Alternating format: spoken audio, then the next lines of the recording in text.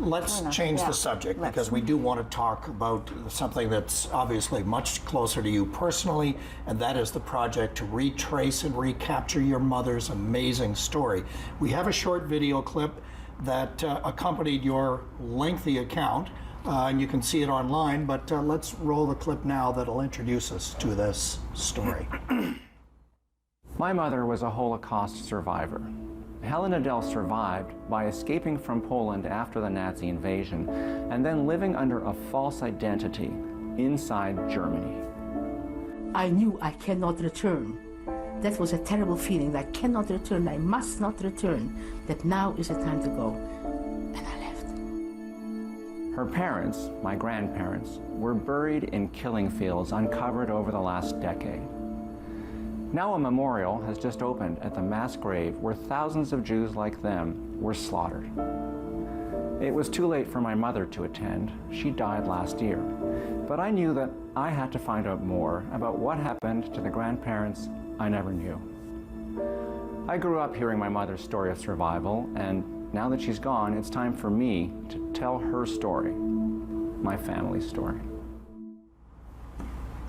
Martin, a very compelling story of your mother.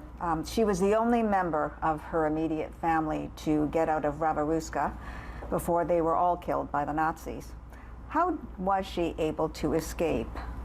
So my mother was only 16 years old at the time, which is something that people often should be reminded of because she was still a teenager. And her parents gathered her together when the Nazis were really closing, and they were already occupying the city, the town, the village, I should say. But there were more actions, more roundups and killings of Jews happening day by day. And so as they could sense the end drawing nearer, they brought her in one day to the house, introduced her to another Polish Catholic man she'd never seen before. He was the smuggler who was going to arrange to take her out. And they arranged for the two of them to meet later at the train station. Yeah, the photo we have. Here's the photo of your mom and her. Antek was the person who took her out. And they went, she then had to meet him at the station. She went by herself that one evening, took off the Star of David, that's the yellow Star of David patch that the Nazis required all Jews to wear at the time, walked in the darkness to the station, met up with him, no words were exchanged. He couldn't even identify her for risk because of the risks to himself. And from there made it on to a place in Germany, actually, where she spent the war under a false identity that Antek had arranged for her to have as a Polish Catholic girl, and spent the next 2.5 or so years working for a German family, and including a Nazi official, until they were liberated by the Russians.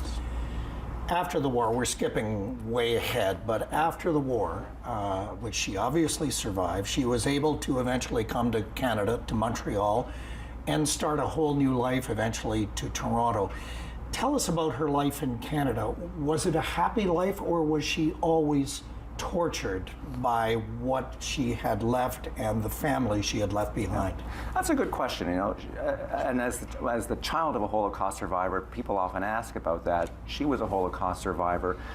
She ended up, she built a career after raising a family as a psychiatric social worker. And so she has special insights, I think, into the whole psyche of people who survive that kind of life-changing event. She was determined not to burden her children, her family, with that. She wanted us to know about it. She inculcated the details with us, but never tried to make it oppressive or in any way pass on a survivor's guilt. She was always mindful of that. She also, I think that was a motivation for her in her public service as a psychiatric social worker in Montreal, but also in Toronto, what was then Toronto General Hospital. And so I think for her, it was something to always be aware of and to teach her children and to pass on to others without being suffocated by it.